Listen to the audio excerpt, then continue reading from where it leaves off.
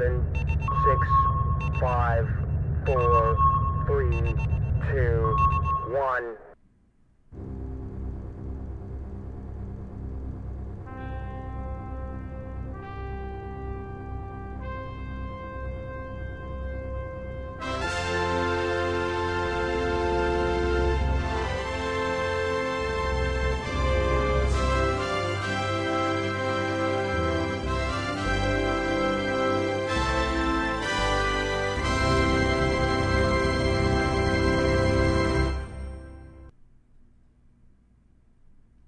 Hey, welcome to season 5 of IFB Interfleet Broadcasting. I'm your co-host, New York Pete. Five of Over five. there, there is the That way. Tipsy Toaster, Chris Moore, our resident robot-based life form IL-5. Let me thank you all for tuning into our sci-fi pop culture show. We have deep roots in the classic 70s and 80s TV shows, movies, comics, and culture of our youth. And we're big Battlestar Galactica 1978 fans. So welcome and let's dive right in. Chris, how's it going? Outstanding. Yes, I was just looking at our intro thing, and boy, I haven't updated that in a while. It still said we only had 7,000 people that watched us, or 7,000. It was only 7,000 fleet size. We got to change that. Yeah, no I can't. kidding. Yeah, it's like We wow, we that's off. actually we just have like 1,200 views on the night before with Oh, what a great night that was too. Eric And if you missed Larson it, hey, you and got to go back and watch that one. And Lorette and Jack Stoffer. It was amazing, and of course, all of our people, and of course, I think we had just about everybody on. yeah, Yeah, yeah. So, Bert Oliver Boehmer, one of our very good friends and a guest co-host, award-winning sci-fi author, actually. Wow, hard to keep up with channel recently. So many great guests, still behind on a 24-hour marathon. yep. And we got another Bert, great guest tonight. yes, we do. As a matter of fact, I'm going to meet with Bert Oliver Boehmer at the LA Comic Con that's coming up. So on October 14 to 20, I will be there with Bert. So you guys, if Jealous, anybody of you are totally there, just jealous. let us know. So yeah, we didn't get a panel this year, but that's okay. We're just going to be there and see what that's all about. So it'll be a lot of fun to get to meet Bert in person. And hi, AJ. And let's see who else. George G in the house, and Fran and Chuck. Chuck Yep. Davenport is the CG master behind The Stranded Warrior, our fan film. The trailers won a whole bunch of awards, right? So we are the trailer for The Stranded Warrior. Our very own fan film is Just the in trailer. 11. Just the trailer is Yep. in 11 international film festivals. We've won 5 awards so far, 6 selections, 9 more coming hopefully our way, and we're in poster competition. Our other main man that does the CG is Chris Marshall. He put together our official movie poster, so that's out there now. Thank you very much, guys. I expect we're gonna do great things. We're very close to finishing the final edit of the Stranded Warrior, and that'll be out. So that's that. Let's do our toast, Tipsy Toaster. Let's Sounds good. yeah, I have, of course, What do you got tonight? the Merlin's Munchie coffee. Which one? Which I one? am drinking espresso here. Espresso. Look, espresso. Espresso. That's right. So Sounds Spanish. I wonder if it's a Spanish word. if anybody wants, Yep. use that, and we get we're affiliates, so this is where we have to do the product placement. And so if you Yes. guys want, get it through this QR code, and we get a little bit of a kickback that helps with operating costs. And they have So some fantastic different flavors. yes, Tonight, they do. I have, Absolutely. which is going to go interesting with what I've chose to mix with it. But I have strawberry cheesecake mad scientist, Ooh, a medium roast. that sounds like dessert right there. Well, it is evening, so I figured dessert.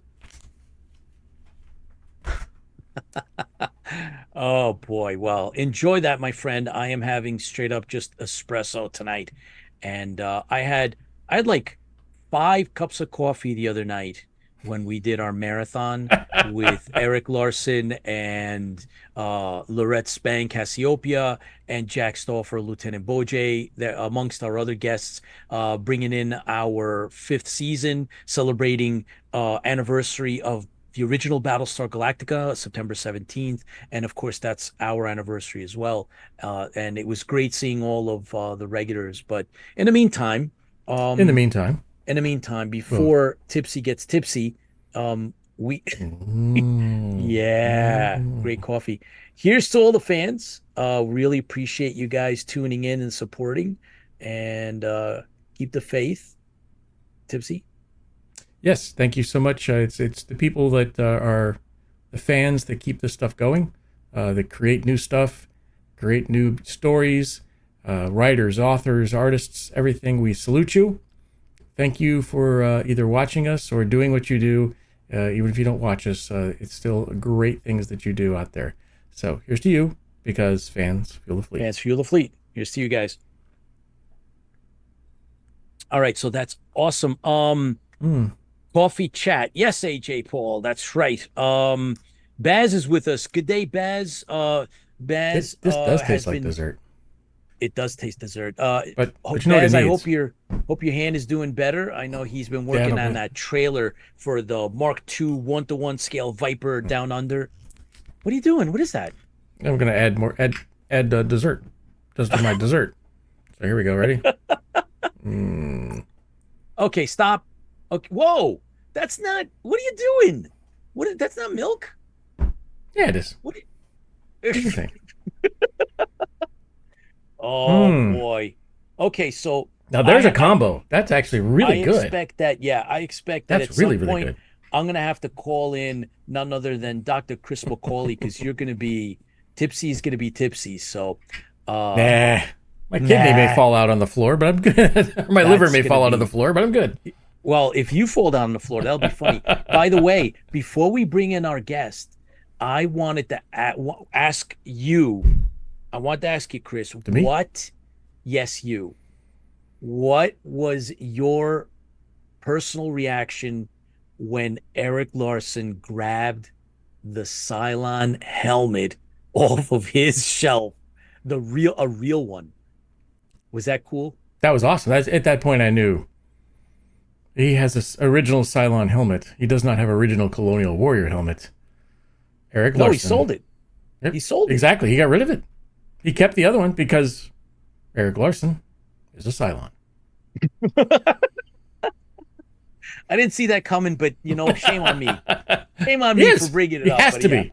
All right. He has to be a Cylon. Oh boy. All right. Well, you know what? Because okay. Colonial Warrior helmet. Cylon helmets. see. Oh, over there. Cylon Oh my helmets. God. All of those Wow. over there. Yeah. Those are what you keep. I see Lucifer up there, man. That is so cool. Yes. All right. Well, you know what? We have an author, and it's R.D. Moreno is with us, and he's in the green room. We're going to talk writing. We're going to talk, world building. Why did he write this? And he told us before we went on air. It's like this, guys. It's like the real deal. It's not, it's not like one of L. these. Ron Hubbard. No, it's like yes. It's the It real reminds me deal. of L. Ron Hubbard's book. Yeah. Well, back in the day. Actually, it reminds me of Pete's book. There we go. How many pages reserved, Pete? Pete, how many pages was it? Mine's like yeah. Okay. How many pages was it? It's under 400 pages. Oh, okay. So yeah, it's like 380. better luck next time. You may get 600 next time. So, without further ado, If you don't read it, you can definitely hit somebody with it and kill them. Oh yeah, for sure. That's the other part of it, right? You got to have a self-defense. It has a purpose. It's a book on self-defense. Has a purpose. So let's bring on Rick. We're going to show covers. We're going to show websites. Rick, welcome to IFB. How are you? I'm awesome. Thanks for having me. Oh, absolutely. It's a pleasure to be here. Great. So, Rick, you at some point you decided that inside of you, both mentally and in your spirit, you had this book that had to be written, and now you got to share that. What was it that made it happen? Yeah, so I always wanted to write, but I lived in the world of IT and too many hours, working too much, and just never had the time. Finally, with COVID, when I was pushed out and forced to retire, they actually did me a big favor. After I helped remodel the house for my wife, it's like, okay, now it's time. What do I want to do? And they had re-released the Dune movie, and after I saw it a few times, it's like, okay, now it's time. Everything's percolating, and it's time for me to start writing. So I put a plot together, I put characters together, and 6 months later, I had a book. Whoa, whoa! And You make it sound like it's 6 months, easy. 600 Come on, pages. Rick. well, yeah, the final one is yeah, 612 pages is what the final book is. Show off the cover. Zada 5, Path of the One. Hang on. And we're gonna bring up the action. There you go. It looks really cool. So Yeah, the cover is awesome. I love it. it is. Rick, is it fantasy? Is it sci-fi? Is it somewhere in the middle? How do you describe it? It's actually somewhere in the middle. So the way I present it is Dune meets Game of Thrones meets Stargate. That's how I Oh, present it. oh, I like that. Yeah, yeah. So there's a lot of sci-fi in it. There's some fantasy in it. There's some twists and turns, and it was a joy for me to write. It was something that I always wanted to do, and I was actually happy once I was done with the final product. So Cool. So, you know, once you some authors will say that there's this catharsis, right? You've cleaned yourself out of, the want of the writing, the want of completing a story, and right, now you're done and you've written. I mean, it's a big story. right.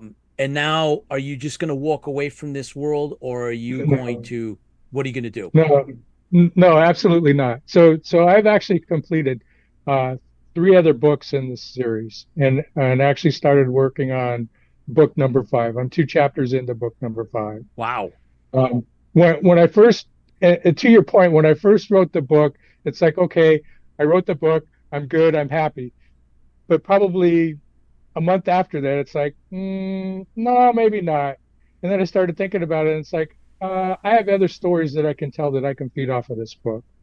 And the way I left the end of the book, the first book, was kind of a hint that it could move on from there. So that kind of left the door open.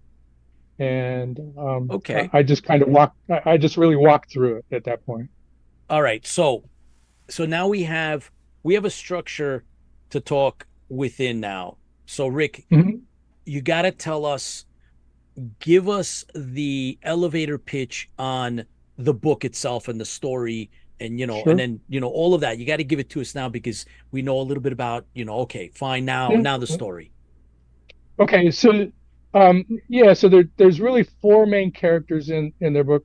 There's a lot of other characters, but the four main is Connor, Balcazar, his older brother Adam, and then the Emperor's daughters, Christina and Emily. And in this, there's a large universe where they've expanded. They've got a lot of planets that they've expanded in. It's mostly built on mining and minerals and that type of environment. And Zeta 5 is actually a large mining planet, but it has asteroids that completely encircle the planet. So there's really no way into the planet, except for every 3 months, there's three moons in that planet, and the three moons come into alignment, and they actually open up a path within the asteroids for you to be able to fly in. That path stays open for a day and a half. It's a large mining planet, so within that day and a half, they're able to go in, pull all the mines, load all the minerals onto the freighter, and then fly out. But in that this becomes the crux of actually the center of the story, because it's 3 months in there. Once you get in there, if you have to do stuff more than a day and a half, then you're going to be there for 3 months. And so in the beginning of the book, there's actually um, Esteban is the emperor of the planet, and he has a younger brother, Lorenzo. Lorenzo is responsible for all the labs, all of the new sciences, all of that. But Lorenzo is bitter and wants to be the emperor. So there's a lab explosion that opens up what Lorenzo is trying to do. So that's what starts it, where Connor has to go to Zeta 5. His brother Adam has to start figuring out, while Connor is in Zeta 5, what Lorenzo is up to try and help circumvent the plot that Lorenzo is putting in place. And that's really where it goes from there. Lorenzo has built these secret weapons that nobody is aware of, and they try to uncover what's going on with this.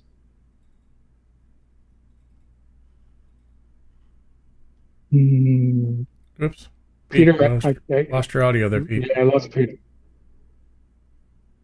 Yep. Where do you get There your you go, there you how did you build out this world now? Because you mentioned there's the emperor and it's a Right. mining world, so there's got to be, if you take a half step back, there's got to be more to this world.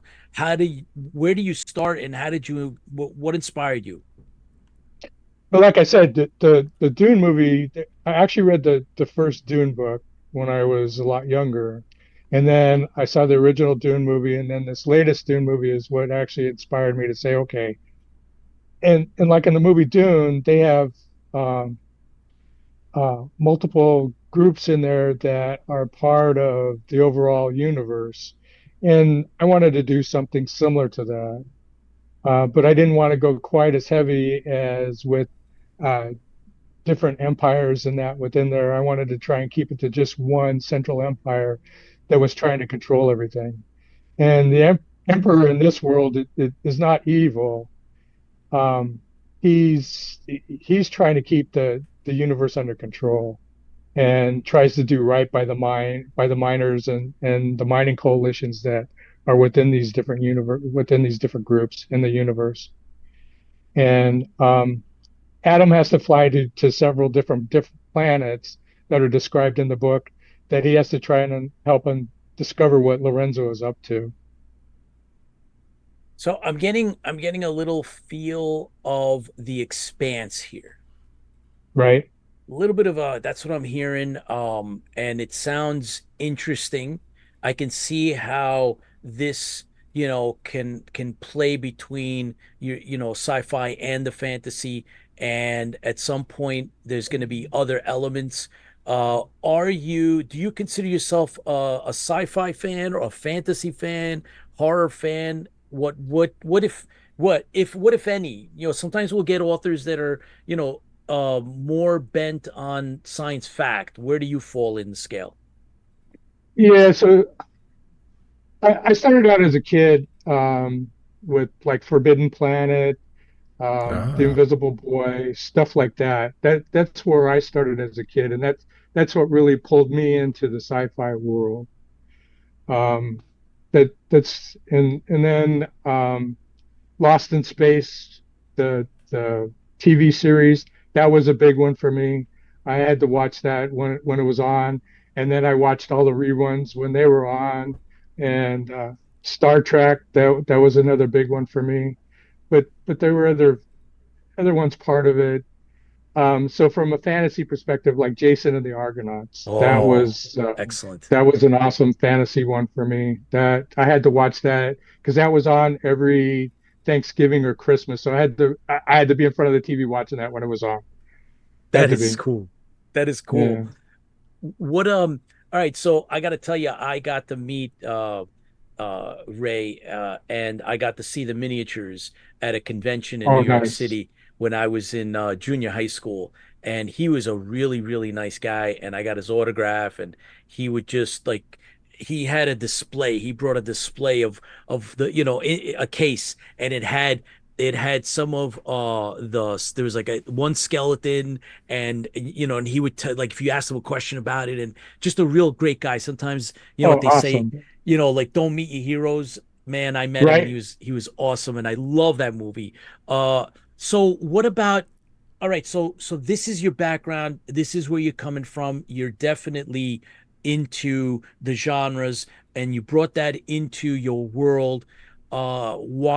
Why so big of a book? Why not cut what you did in half and say, all right, Well, one and two? yeah. Well, yeah. So that's an interesting fact. So when I was getting ready to publish the book, I went through the traditional publishers trying to get them to bite on it. I could never get anybody to bite on it. So I actually went the independent route and ended up discovering a company called Paper Raven Books.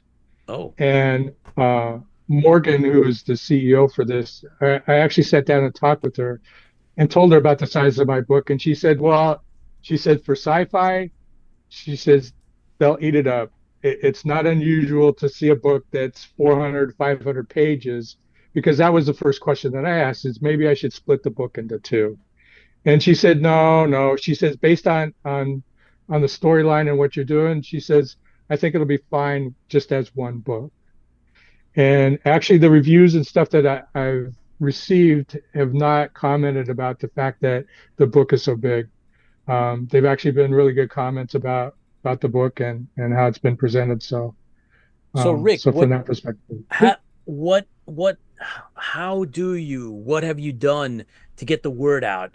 How difficult is it? Do you see it as as an issue for you or not? Or what's on the horizon for, getting the word out besides coming to shows like ours? um, yeah. So that's a good point. So right now I'm starting to do kind of get on the street and reach out to libraries and some of the bookstores. But one of the things that I didn't do when I first put the book on Amazon was go to Ingram Spark so that it was available from a traditional published uh, book publisher that does printing. Um, and the first library that I approached said that it would need to be on Ingram Sparks before they could actually take on the book. They were interested in bringing the book on, but that's where they would have to get it from. So I'm currently working with them to get that, and hopefully it'll be in Ingram Sparks next month. So then I can start actually canvassing bookstores a little more and libraries to try and get it involved in there. Because one of the things that I was told was with sci-fi fantasy is most of those readers are still hardcore. They actually want a physical book. Most of them are not into um, the ebooks as much. They still want a physical book. So that's kind of where I'm trying to get this to. Isn't that ironic that the sci-fi fans that love, tech and advanced stuff still want that hardcover book? Right. Uh, Well, we talked a little bit about this prior to going on air. Do you actually I already know the answer, but I want you to share this. Do mhm. you actually hit the pavement and go into a library? Do you go into a store and promote yourself and your book? Yes, yes, actually I do. And that's where I came back with the fact that I need to be on Ingram Sparks. I actually had cards printed up with a picture of the book and my website on the bottom, and then the blurb on the back of what the book is like. Um, and but, but that's kind of where you have to go with this. One of the things that was a surprise to me when I started writing was I thought that writing would be the hardest part of it. Well, actually, marketing is the hardest part of it. So I've actually I've built an author page on Facebook. I've done the same for TikTok and Instagram, and just started putting stuff together on YouTube. Okay, so let me ask you this then. What, if Yeah. anything, do you envision or have you been told is your target audience? Um, so the yeah, so the target audience, they say it actually varies. A lot of what I've seen when I did some early marketing on Amazon was it was mostly older, mostly probably within the 40 to 60 range. There Okay. was some in the 20s and that, but that's mostly where people were recognizing and looking at the advertisement that I was doing for my book. Interesting. So you're a latecomer to conventions. Have you done any? No, I haven't done any yet. I Okay. really want to get started on that. But like I said, I published the book in April, so I'm still fairly new to this, so I still have a long way to go. And the way it was pointed out to me is you got to think of this as a marathon, not a sprint. Okay, fair enough. We do a fair amount of conventions between the Tipsy Toaster and myself. So, and we've met a lot of fantastic authors on the road. Is there anywhere that you have scheduled to do signings? Because a lot of the fans will, they really enjoy getting that autographed book. Actually, I haven't yet. That's part of why I was going to these bookstores to try and do that. The one here locally that I in North Carolina, they do a lot of that with the authors. So I was told to come back once it's on Ingham Sparks. So I think at that point, then we'll be able to do that. So hopefully in the next few months, I'll be able to set something up like that. That's what I'm actually looking forward to doing.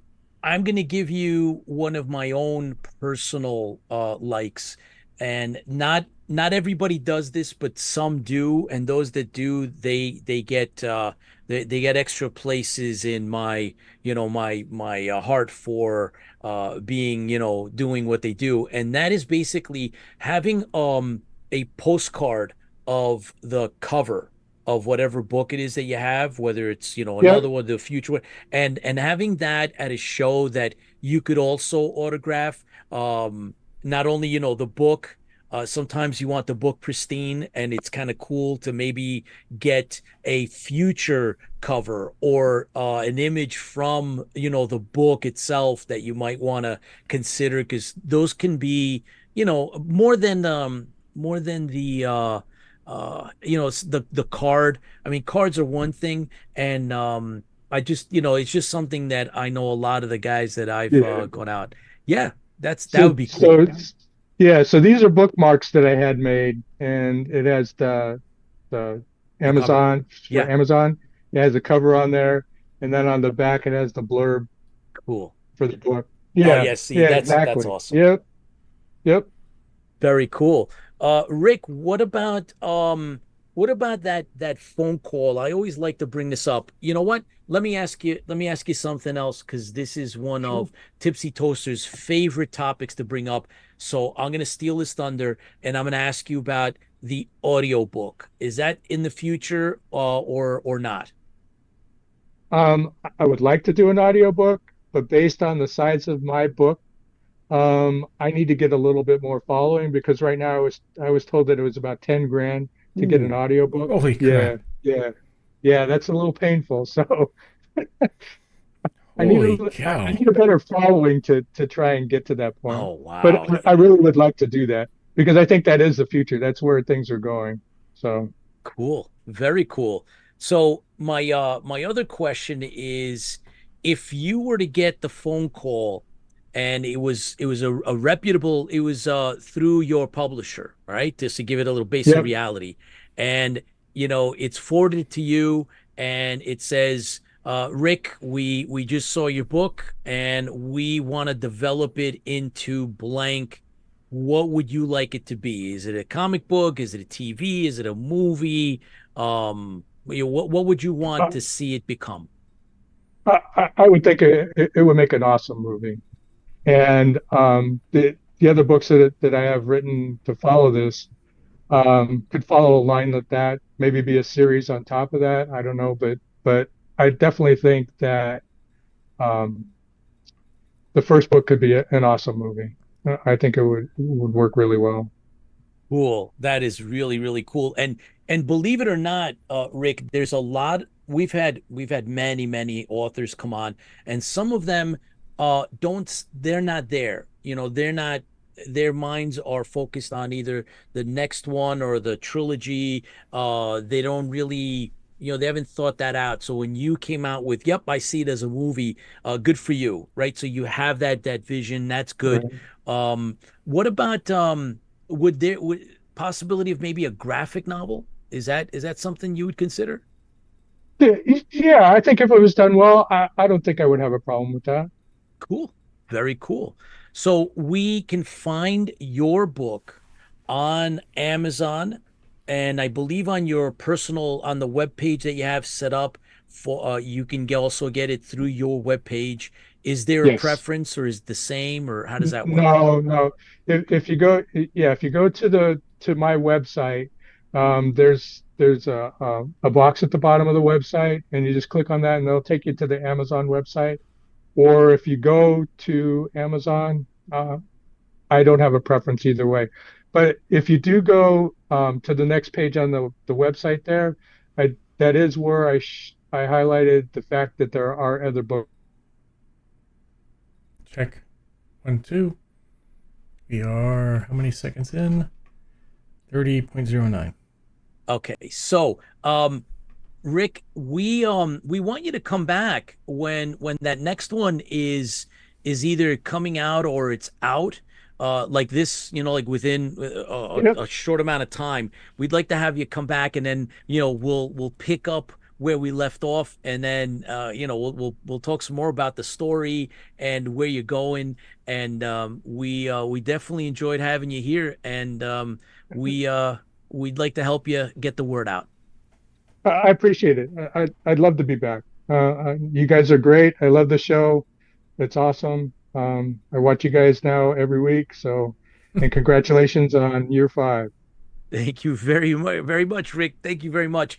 Thank I look you. forward to running into you at one of the conventions out there. So when that happens, that's going to be a special day, and I get the first round. So take care of yourself. Awesome. All the best. And Thank you. here's to another fan that's actually making things happen. So, fans fuel the fleet. Rick, take care of yourself, and we'll see you Thank again you. next orbit. Thank you. Very, very cool, Tipsy. Yes. Once again, it's all about that building those different ideas and Yeah, where do and they getting come it out from there, sometimes, right? Just doing it, right? Getting it done. I know, the pandemic, we a lot of people were able to kind of turn that into something. I also published my book. I was able to finish mine, and other guests have also discussed how that worked for them as well.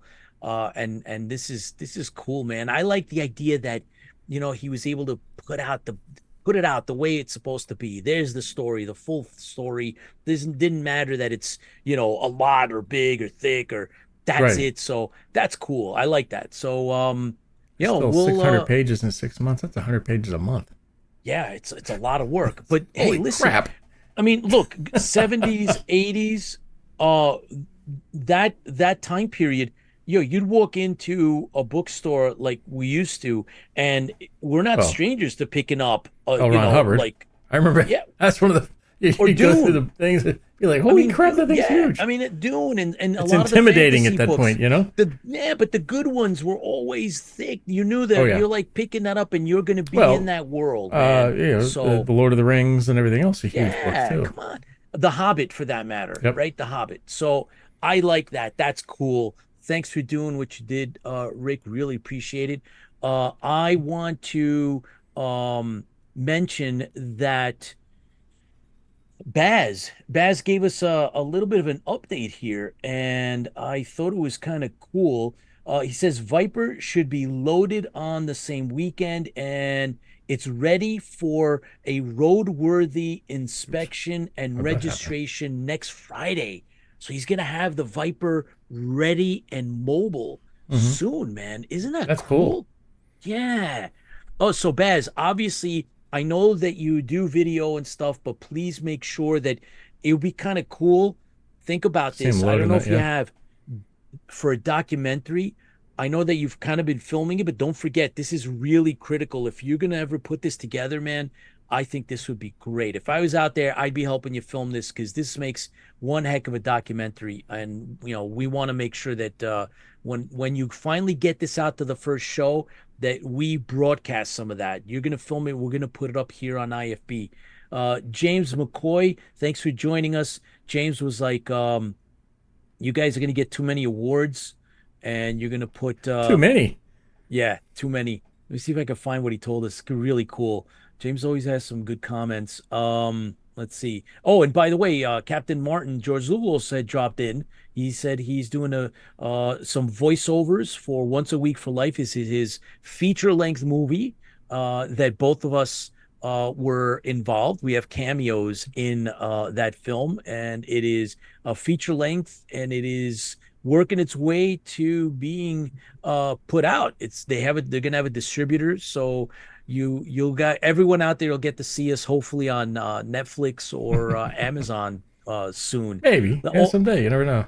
You never know. James says, all those awards, careful, you make the rest look bad.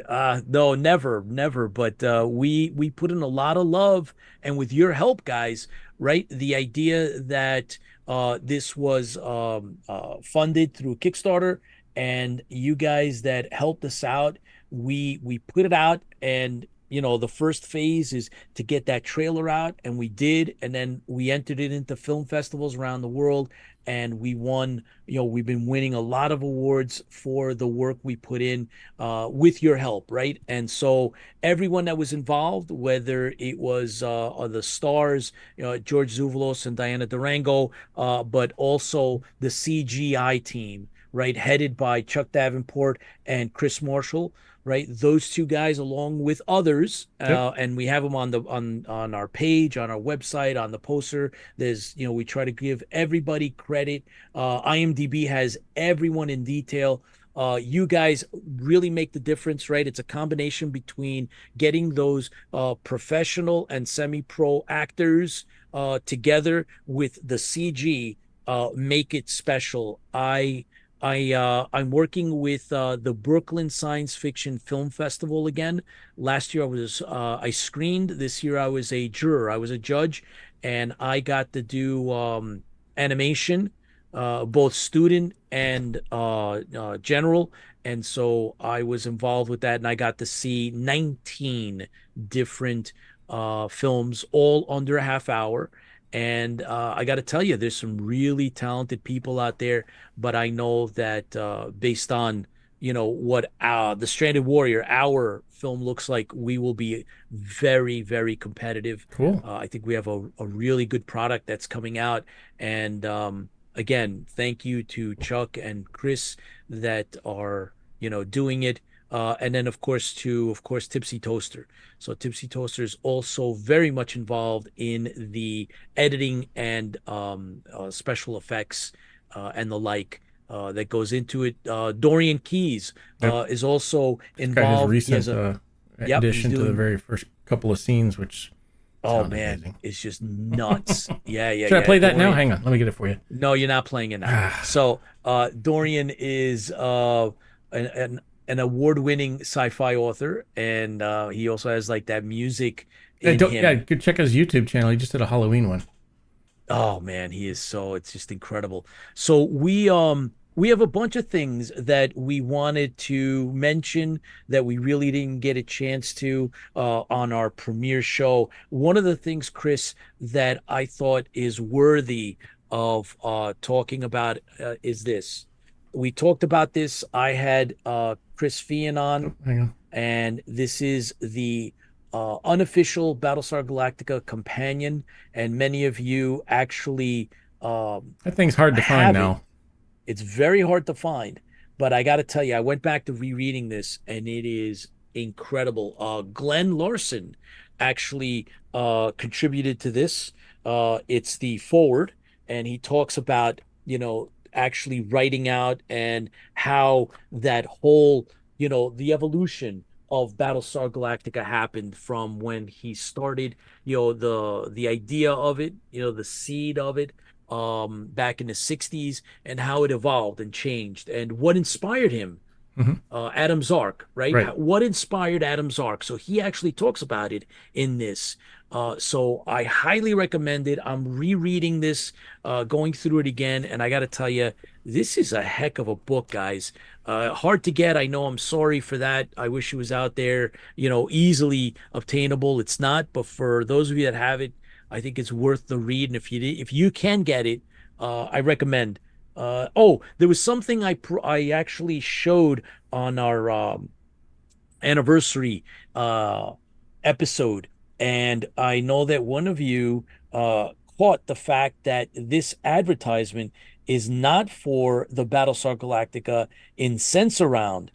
Well, many of the movie theaters out there did not have Sense Around. So yes, this ad is not for the Sense Around release. This is the advertisement for the regular showing of, and I unfortunately was not able to see it on the big screen. It was just I could not get to it, and it was a big regret.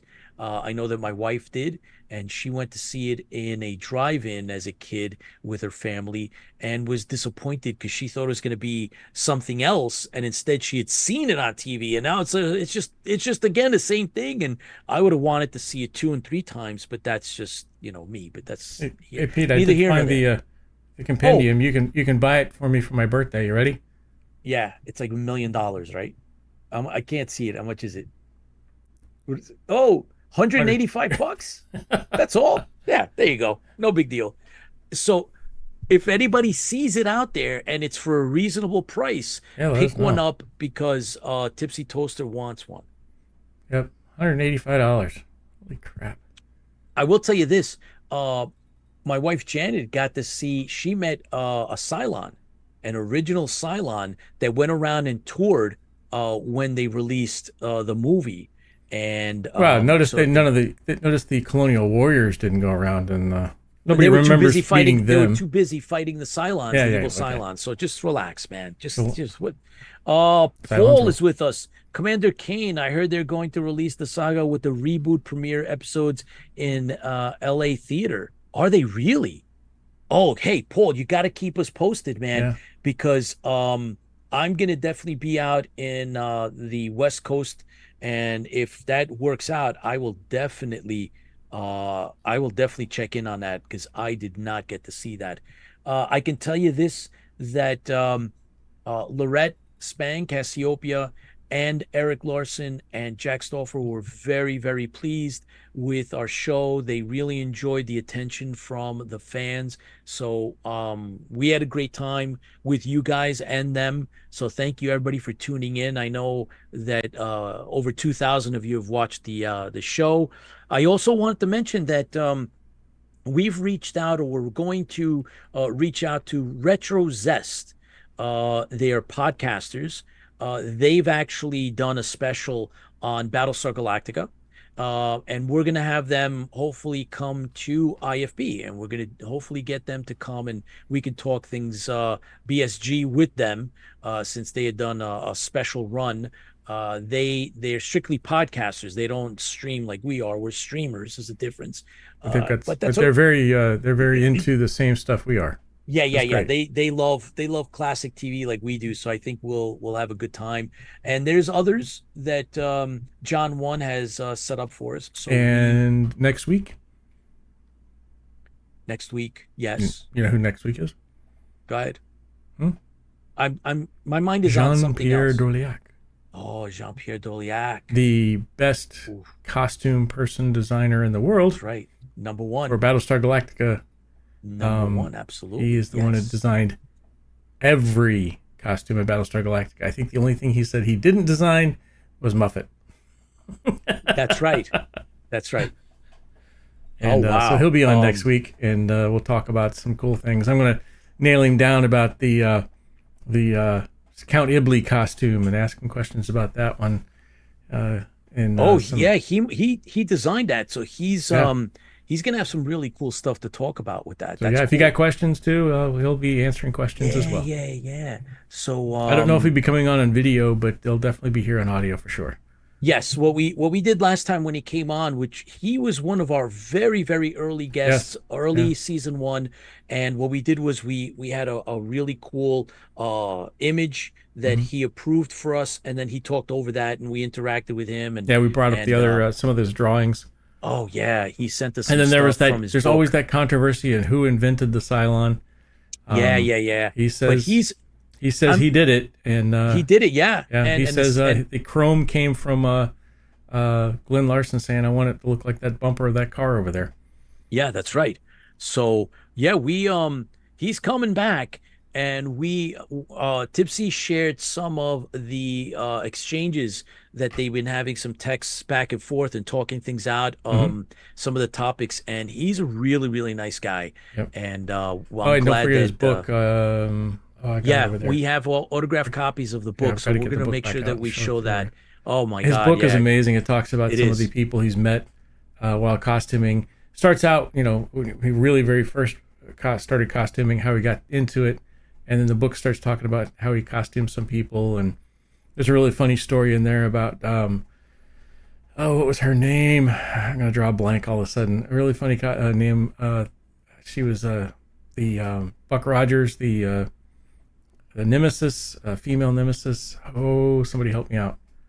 Um, Well, Somebody's got it out there. I could tell you that our unofficial fact Not checker Aaron Rob Gray, but Baum the go ahead. has said that Dorliak Yep, was, nominated for Somewhere in Time. yes, Oscar nominated for Somewhere in Time. That's right. Ardala? Rob Baum says Ardala, that's it. Ardala. Yep, There you that's go. it. Thank you, Ardala. Rob. See, Rob. Yes. Yes, So Rob. he's got a really good story in there about when he was fitting Princess Ardala into her very skimpy, tight outfit. And let's see. He was Oscar nominated. Remember Ardala, yeah, the Queen. And let's see. Lola says she remembers when Dorliak came on the first time. Lola's been one of our fans from very, very early on. Hmm. And you know what? We have the Doc is with us. Yep. And Give me a second. not only is he with Whoa. us, Dude, he he has, just looked like the. You see that? yeah, He it was looked like really the scary. Imperious leader. It was amazing.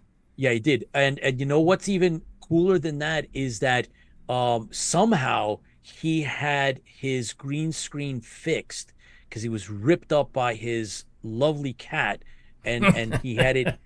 I'm sure that Bonnie bought another one, or yeah. Hang on, we'll get you. I gotta get him Oh my set up God. in there Okay, correctly. so Dr. Macaulay is with us.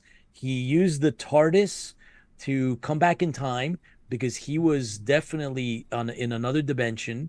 And he was out there doing his thing as he does best. And he's going to make some It's funny announcements. though. He's really close to the camera. Yeah, we were talking about how we're far away from the camera. He's really Yeah. close to the camera. You can see his Dr. eyeballs burning in that Yeah, one. Dr. Macaulay is our executive creative producer here at IFB.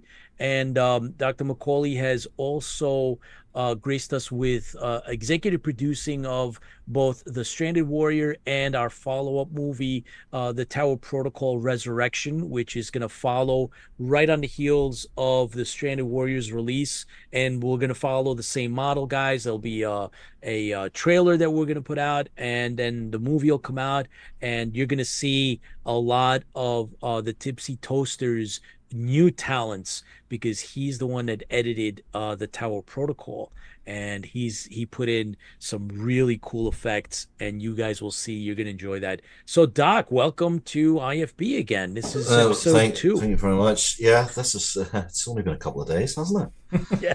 Yeah. It's been so long. In my life, it's very strange. But anyway, look, fans, fuel the fleet. I've come There we go. prepared. Cheers. I have come Cheers. prepared. Slancha. So, right, I've just been off the phone with Jack Stauffer. Whoa, no kidding. When did you start talking to him? There's the voice experience there. That man has some incredible stories. Oh, yes, he does. Some incredible stories. We can't wait to he's start gonna getting him come- back on here and start to record some of those. Yeah. It didn't take too much of tweaking his nipples to request them to come on for a full show. Yeah. He's all on for that, so that's good. he's very excited about the autographs Cool. as well. So yeah, everybody, that's We'll get that form out here probably this weekend. The form will be up online, and then what'll happen is you'll put how many you want on there with the cost, and then we will send you when everybody's done filling out the form, we'll send out the PayPal money requests. And then, so we're gonna have three choices. Yep. Right. There's gonna be three choices. So you guys will say, all right, I want A, B, or C. Yep. There'll be pictures there for you to put a check mark underneath. All right, and you'll put down what you want in terms of if you want something want a custom signing, or you just want it signed. Yeah. So I'm gonna get two, and one of them I just want it autographed, and the other one I want it personalized. So that's what I'm doing. That's what I'm getting. And it's a big opportunity. It's the last opportunity, guys. And we convinced Jack. Jack was under the impression that everybody's got nobody the autographs. Wants this anymore. Nobody wants it. Yeah.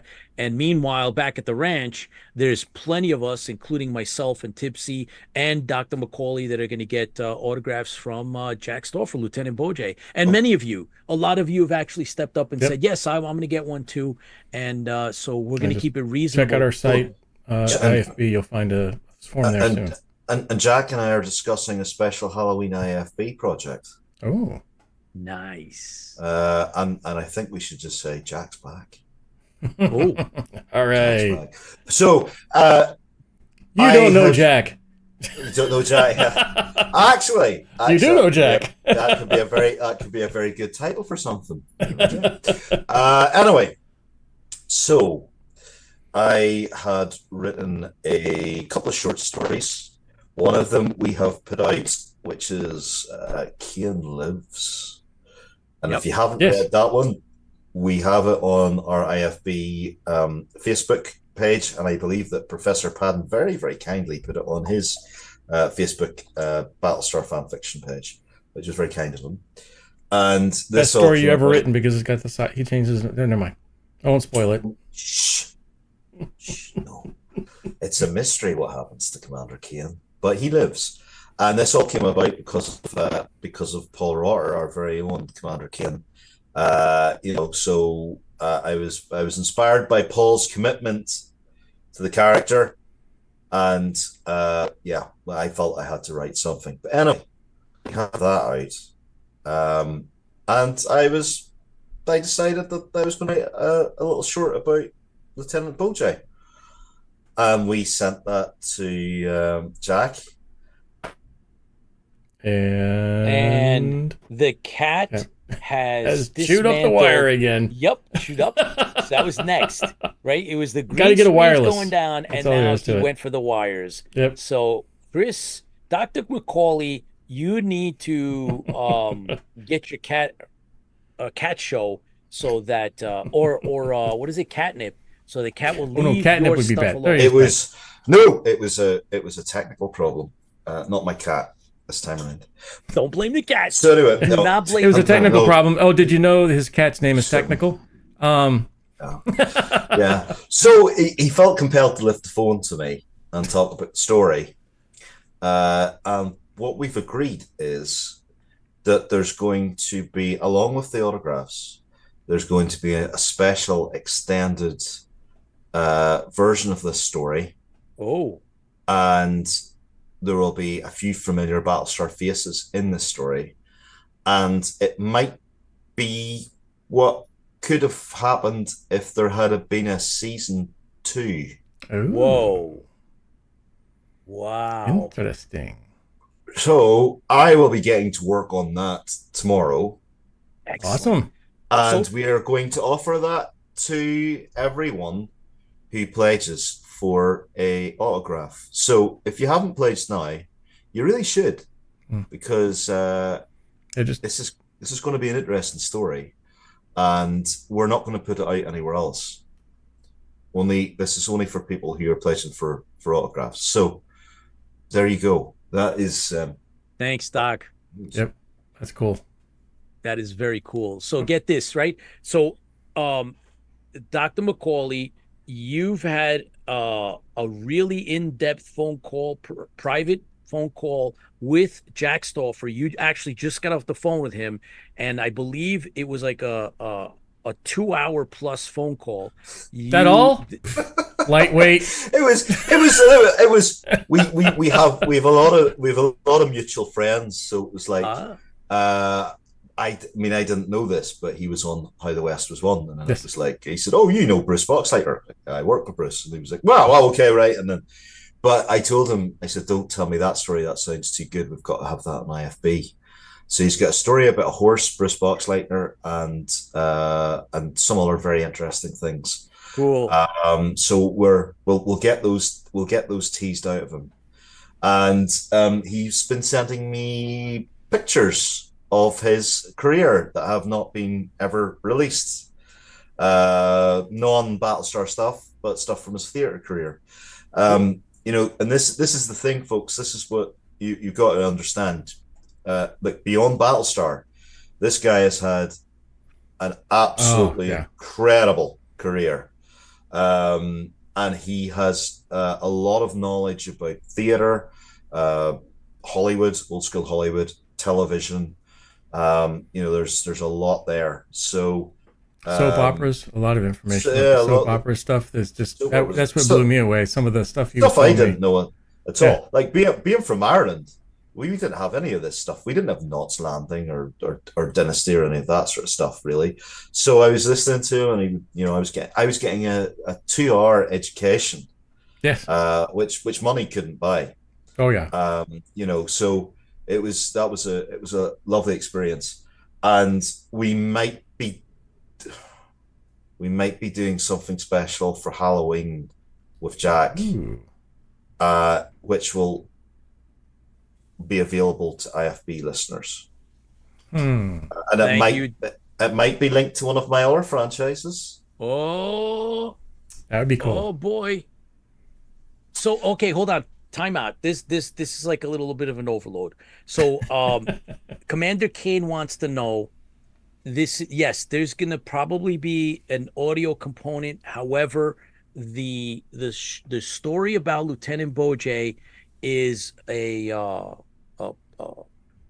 it's an actual story written out, and it's going to be made available, and it's specifically written around Lieutenant Bojay, and it's going to be available for anyone that pledges and then acquires a signature. You will then be given the story that Dr. McCauley writes, and he's crafting it with Jack Stauffer. That is separate now from this other project now, Dr. McCauley, that you're talking about. I haven't told you about. I didn't tell you about this, did I? No, I didn't. No. Not yet. How much do I want to say? I have spoke to Jack. Jack knows about some of the other things that I do. Probably the thing I'm most famous for. And it's going to be something that will be linked to that thing. Wow. And he will be a character in it. Wow. And God. We will make that available to people at IFB,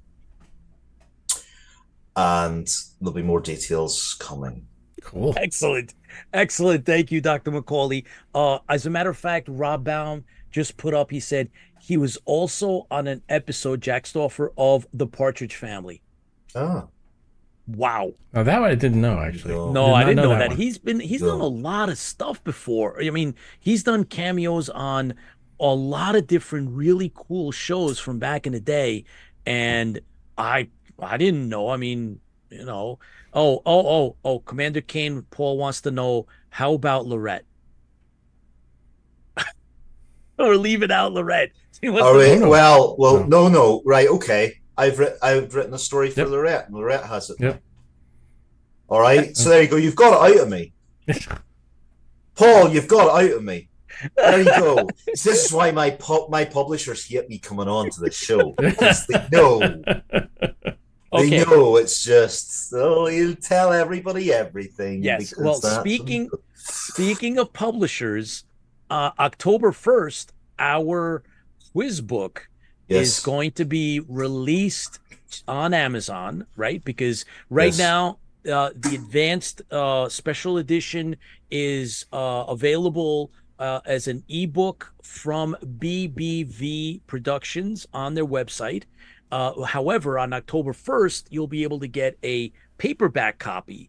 So that'll be available on Amazon, thanks to, of course, our publisher BBV and Dr. Macaulay, who spearheaded that and helped put that together. We have Lorette Spang Cassiopeia wrote the forward to it, and we thank her very, very much for supporting the fandom. And it's just really cool. Do we have is the Admiral with us or not? Is he trying to get on, or? Yeah, I he's think here. he's here. Okay. Yep. So Dr. Oh, hang Macaulay. on. I brought a beer for Mr. Macaulay tonight. Oh, you did? Okay, so we got to Here do you the go. beer thing. You've got, what's this? You've got Dark 30. Oh, look, Zero Dark 30. That looks good. Irish style Looks extra good. stout. Well, my wife got me this Pilsner thing. What's it? Skyline Pilsner. What does it taste like? Does it taste good? We don't have a sponsorship deal with these guys, do we? Can I be honest about this? Where are we ever going to get sponsored? It tastes like it tastes a bit like warm piss. There's like the color's okay. But again, it does look like somebody's had a urine infection. All right, so I should have said, but it's my fault for not rating you in. So yeah, of course, yeah. So there'll probably be a little. There's always a disclaimer whenever we come on, isn't there? There's always this, the views of one of our guests, views of the rest. Actually, wait a minute. No, you're not getting away with the guest. You keep forgetting that you're actually an executive creative producer for IFB, and it's in writing. Yeah, I know that. Well, here's the problem. By using terms like spearheaded and giving me big boy jobs to do, it makes me sound an awful lot more organized than I actually am. Pete has been in my basement. He knows my work environment. He's seen what I do. We're just glad he got out of the basement. He got out of the basement, all right. Oh, did you see? That's what. You know what, Tipsy? Thousands have watched our challenge that we successfully completed. Nobody lost the beer that was imbibed that day, and it was, I think, 4. We drank 4 different beers, and you have yet to have the surströmming fish delicacy. I'm having that on the 1st of October at the Norwegian Club. So, Tipsy, we could do this together. Yeah, I'll just fly. Yep. I'll fly right up there. You could do it. I'll get a video of me doing it and drinking and then you do it. Aquavit. Yeah. So if you can get Aquavit, Tipsy, all you. I don't even know where to find it. You have to spell it first of all. Oh yeah. Oh, Okay. you get hammered on like 2 glasses. It's great stuff. Sure. Okay, we're all right. This is good. We're gonna structure this out.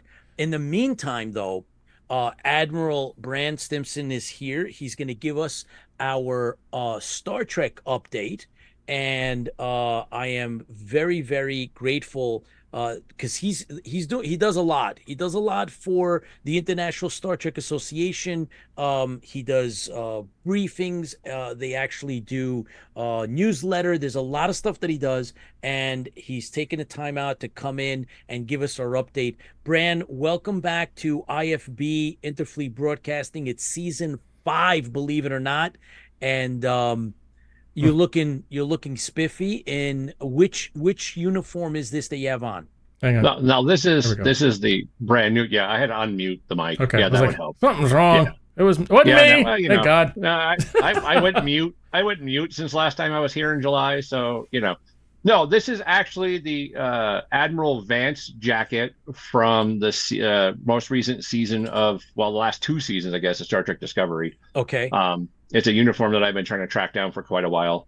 It's an actual jacket, so if I pass out, it's heat exhaustion. Don't worry about it. I was about to say, isn't it a little warm up there to begin with? It's a little toasty. With all the lights, it's a little toasty. I think It's kind of I like think being at a convention, though. I think so Paul it can feels tell you a similar. little bit about that too, from Atlanta there. All right. Don't embarrass the guy. Uh-oh. Fun stuff, right? So I think it's been 2 months since I think it's been July. I missed August. Sorry, guys. Work got crazy. I had to fly down to Orlando in the middle of a hurricane. That was all fun.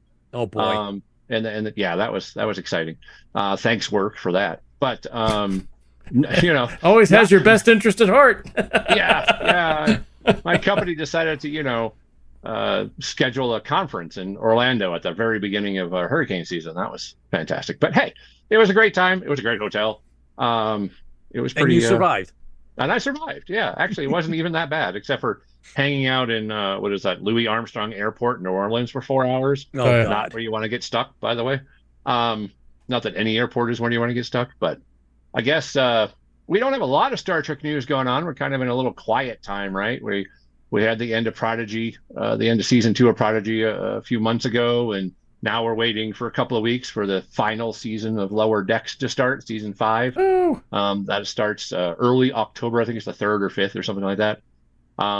We did just lose James Darren, who of course played, Vic Fontaine, the holographic Croner, I guess, Frank Sinatra type character in Deep Space Nine. You got a poster of him right back there. That was kind of sad.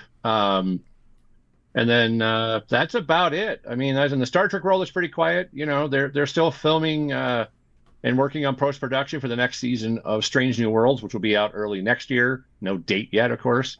They've been filming and now post-production for the Section 31 TV movie, streaming movie thing.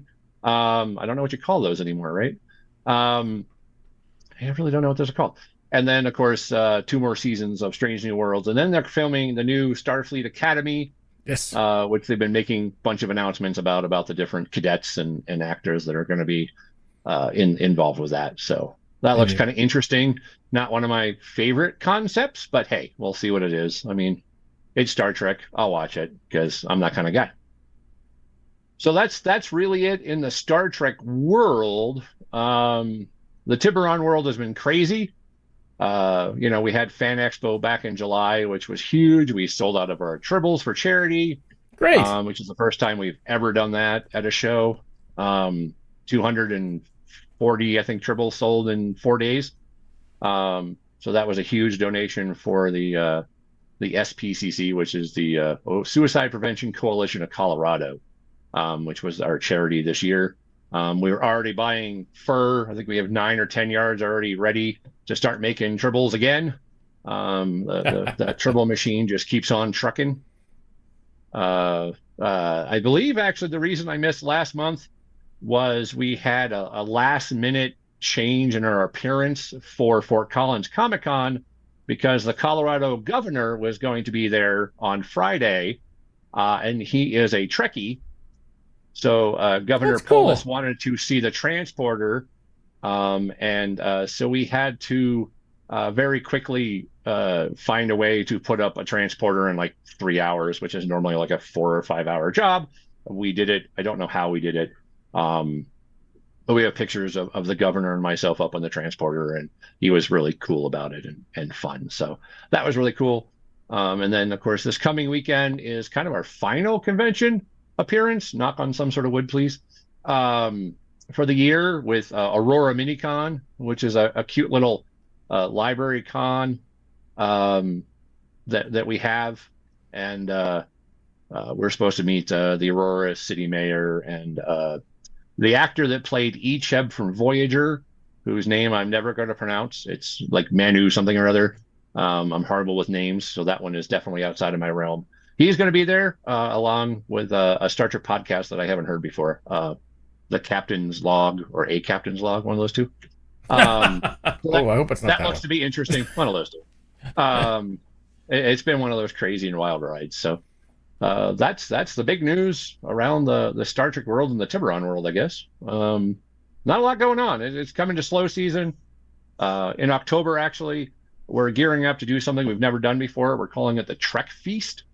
It's for members and our close friends and stuff. It's all going to be Star Trek inspired food dishes, and then an auction of a bunch of not only Star Trek memorabilia, but we have some Star Wars stuff. We have some sport stuff that we're going to be auctioning off, and all of that proceeds go to build our next photo op thing that will be the TOS captain's chair. So Captain Kirk's chair. We're going to be building.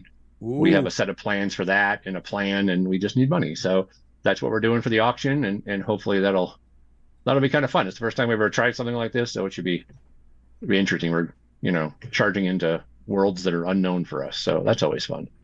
Boldly going where no man has gone before. Something like that. No one has gone before. No one has gone before, or at the end of Star Trek 6. But yeah, So- that's the kind of the big things. I wanted to bring up a couple of things. Bran, you've been quite busy. However, we had Robert Picardo here on IFB. He actually came from set. He still had his makeup on, and he gave us some of his time. He was on for a half hour, 40 minutes, and we got to talk all about all kinds of cool stuff. And that was just a couple weeks ago, thanks to our very, very good friend now, Lorette Spang Cassiopeia from the original Battlestar Galactica. She was very kind to make that connection for us, since they're very good friends.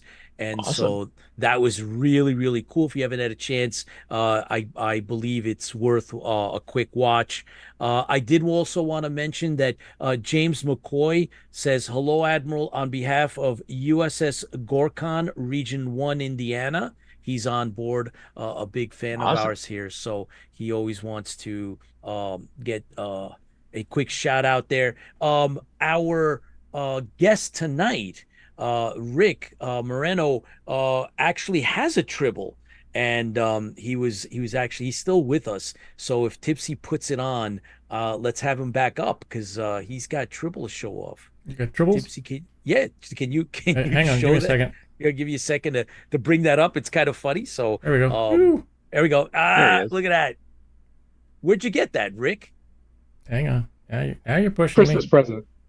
Ah, Oh, okay. Say no more. Good enough. Great gift. Yep. Fantastic. Thank you. So he got himself a nice tribble for Christmas.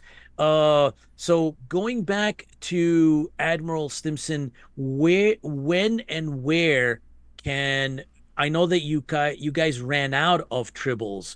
Will they Yes. be back? Are you guys gonna have any? How's Oh, that yes. gonna play? They'll be back. We are already there's a pile of tribble fur over at our chief of the boat's house, just waiting for us to start the process of tracing, cutting, machine sewing, stuffing, hand sewing, getting covered in fur, which should start probably just before the end of the year. So we can get ahead of the game this time, make some more. The plan is to make a few more than last year. We had been making about 400 a year last year due to life, liberty, and the pursuit of money to actually survive. We couldn't make as many. I think early last year we made less than 300, just because we didn't have the time to make more. And and they sold out like incredibly fast, which is the first time, because we never actually sold out before. We usually have some that carry over, not many normally, but we normally do. And so that was really nice to not have leftovers and to be able to start with a fresh batch. We'll have the standard tribbles, which are we call them the Kirk Topaz color. I don't think I have one. No, I have a pinky up here. That you can just see off camera there. We'll have the pink ones from the animated series. We have some rainbow fabric coming in, some kind of pride colors. Cool. I can't remember the other colors, to be honest. I think there's a purple husky, they call it. So it's like a gray with purple tinge to it. So we like to change up the colors. We like to make them fun. We like to make the screen accurate ones, right? The close to screen accurate. So the tans and the browns and the pinks from the animated series. But if you watch, the short Trek episode, The Trouble with Edward, where the Tribble problem starts. They're all sorts of colors all across the rainbow. So we just like to make different colors and different things to show them off and to give the con goer something different to buy than just the same brown Tribble every year. Very cool. Cylon Tribble. We need a Cylon Tribble. Yeah, Cylon Tribble. We got Cylon that'd Tribble. be interesting. What would a Cylon Tribble be? Be chrome. There's a little Tribble with a little eyeball that goes, back and forth. There we go. Yes. A chrome Tribble So we with have the the eyeball. silver one that's a Cylon and a black one that's Kit from Knight Rider. Is that how we do that? That's There you go. $50 each. You can make it. Yeah, you can do it. James McCoy wants to know: are the Tribbles fixed, and do they come with a care and feeding book? They do. The Tribbles are fixed, and they do come with a book. Which, like every other time, every time we talk about Tribbles, I never have the book laying here, and then 10 minutes after I get off air, it falls like literally in my lap. We have a whole see, there it is. We have a whole Tribble guide. I think that comes through. And you get an adoption certificate just like with a pound puppy. Excellent. And so you can name your Tribble, and then there's a whole bunch of information in here from the show. I know someone that needs to get one of those specifically while they're on our show so that their beloved pet will not interfere. And that's Dr. Macaulay needs to get a Tribble for his cat. Oh, Jesus, don't you start again about my cat. I heard while I was trying to get in something about a cat eating cables and causing destruction and mayhem. But look, to be fair to her, she's generally very good. And when I'm doing this show, she sits beside me and she's generally okay. Yes. She's fine. Yeah. But sometimes she likes to take the green screen and just tear it down or destroy it. There's a cabinet I have here with like the Terminator bust and things that I've worked on that she's tore down. Thank God. Wait a minute! Didn't you just say she was very nice? Really a nice behavior. Well, so far you're not telling me it's behaving. That's cat love. There's cat yeah. That's cat love. Yeah. Sometimes her little nature takes over every so often, but I still love her. So yeah, she's and Pete's met her, and she's not too bad. She liked you, Pete. So that you must, So speaking of books, Admiral Stimpson and Dr. Macaulay, I know that there are. I know, Dr. Macaulay, you're working on a bunch. You've actually worked on Star Trek book that I believe is a national bestseller, and you've actually worked on the franchise Strange New Worlds, if I'm not mistaken. So can you tell us more? Are you allowed to talk about it? Not that, but we can talk about the stuff that's coming out next month and in December. Okay. So next month I have a short story coming out in Star Trek Explorer magazine, which is the official Star Trek magazine. Editor is John Freeman. He's a legendary editor of Marvel UK, Doctor Who magazine, lovely man, and who has fostered my work in Star Trek. So I do appreciate that. It's a strange thing to work on Star Trek, but it's an even stranger thing to work on a story with Walter Koenig, and that's coming out in the book, which is called A Year to the Day. Star Trek Explorer, A Year to the Day That I Saw Myself Die and Other Stories. It is the first time in Star Trek history that a book contains short stories from every single Star Trek franchise. Wow. So that is coming out on December 10th. My publisher has told me December 10th. And it features a whole host of beloved Star Trek writers such as Greg Cox and David Mack. I have to pay tribute to David Mack because he gave me a warm welcome to the Star Trek community. So I thank him for that. I've also done work with William Shatner, which I don't really talk about a whole lot, but I worked with him on his Man of War series. Tech War? No, something called Man of War, which is set in Mars. And he was a lovely, lovely man to work with. again, one of those, one of those sort of elder statesmen of screen. And again, it's wonderful to have your name linked to somebody like Bill Shatner. So that's the stuff that I've done. So that basically keeps my publishers happy. Now, but yeah, I did. I mean, I'm a big Star Trek fan. I grew up with we did black. I have to preface this. When I grew up in Ireland in the late 80s and early 90s, we were a very poor family, so we still had a black and white TV when I was growing up, and we had reruns on BBC Two of original Star Trek. Walter has told me stories about being in Belfast during the troubles, during the bad times in Northern Ireland, and going and doing things, and a British soldier handing him a rifle and taking a photograph of him as he left the Forbidden Planet bookshop in Belfast, which is quite a surreal thing. But yeah, it's been a bit of a journey with working with, because obviously Walter is a cast member of Dark Legacy, the other franchise that I co-created with Claudia Christian and stuff. So yeah, there you go. That's my work with Star Trek. And if you'd had said to me the start of last year I would have been working on Star Trek, I wouldn't have believed you at all. So it just shows you what can happen. You just never know. That's right. You just got to keep at it. You have to be focused. You got to do your part, and then, put it out there, and then whatever happens. So that is so awesome. True. That is awesome. Bran, tell us about the state of the Star Trek Association. How are things going there? Starfleet continues to be this giant fandom juggernaut, I guess we'll call it. We actually in the same week that I was in Orlando, we returned finally to our in-person international conferences, which this time happened in Atlanta, as a matter of fact. Oh, boy. It was just before the hurricane, and it's a big get together, kind of a business meeting / party kind of thing. It's obviously been a few years since we did an in-person version, and apparently went over really well. I couldn't be there because I was trying to get into Orlando.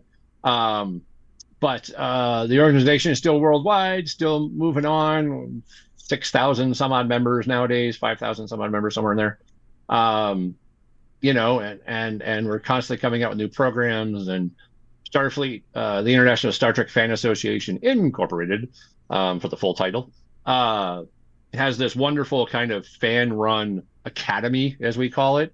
It's a bunch of trivia courses that range from Star Trek to some real-world stuff, to some stuff to do with the organization, all the way to movies and Godzilla and Babylon 5. And I don't think there's a Battlestar Galactica college, so that's something we need to get on. Write some courses and do some things about. I don't think I remember seeing one.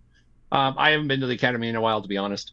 But it's really fun. So it's kind of fun things. They're all multiple choice questions kind of things, just trivia stuff, really.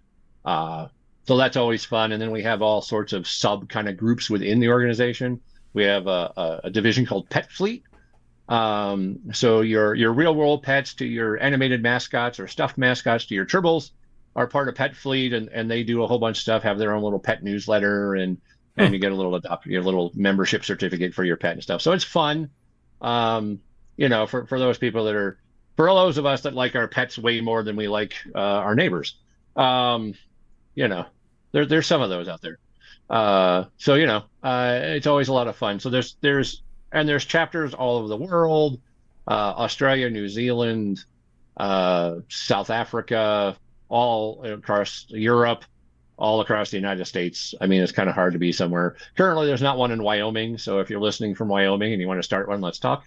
Because that's just north of me. So, but that's Starfleet, going strong, doing fun stuff, and all the chapters do different things.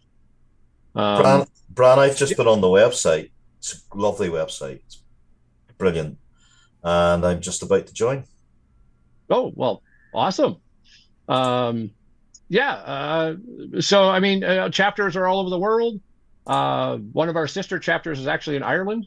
As a matter of fact, the Cuchulainn, which I'm pretty sure I'm butchering that name, I think. Culholland, yeah. I know the guys there said. very well. Yeah, I know the guys there quite well. Yeah. Well, I appreciate that I was close. It's a really weird word to see. It took me many years to figure out how to say that. And friends with the CO Alan over there. They used to be the biggest chapter in Starfleet, and then I took over. So we have this little rivalry about who's bigger. But yeah, they're in Dublin. But every chapter is a little different. So depending on where you are, we're really charity driven. We do a lot of charity work. There are chapters that do a lot of fun stuff. There's chapters I know that go out hiking, and they go spelunking, and they go, hot air ballooning and stuff. And chapters do everything. It's almost anything you want to do. We do such a variety of stuff that it's no. We did axe throwing 2 weeks ago. I didn't actually do axe throwing because I couldn't throw an axe to save my life. But we went and did it anyway. And literally somewhere on that site. Oh, you're putting up the website. Yeah, it's not updated. Thanks, Chris. Anytime. I think the upcoming events are a little out of date, but excuse me. Prop building, that's kind of cool. Yeah, we do. We're going to build the captain's chair. Mm-hmm. We have a 9-foot transporter photo op prop that the governor wanted to see, as a matter of fact. And we have an 8-foot Borg regeneration chamber or alcove, depending on the day of the week and how we want to call it. That was the first one we built. They light up. They do all sorts of fun stuff. And of course, now we're working on a new thing, the captain's chair. We always like to add to the display, so it's a little different. Tipsy and Pete happened to come out for, I believe, the first fan expo at Halloween time, right after the pandemic. Yep. We were still masked up and everything, and ran into us, and that wasn't even the full display. Wow. So that was a pretty big one. Yeah. But the full display is about 60 feet by 30 feet deep if we do the whole thing. And we have like the transporter, the alcove, collectibles. We now have a couple of members technically, but a member that makes models, and he had a 4-foot, what was it called? It's a Sovereign class. It's named the Wayfarer, but it's a Sovereign class starship from like the Enterprise E. And it lights up, and it has a shuttle bay, and it is a beautiful model. We had that on display at Fort Collins Comic-Con, where we met Hagen, is the member's name. He is now working on a Enterprise D that has a 6-foot wide saucer section, which I think is insane. And he's building us a Defiant. We are a Defiant class, so like the USS Defiant from Deep Space Nine. So he's actually building us a Defiant model so we can actually have one for the display, which we don't have.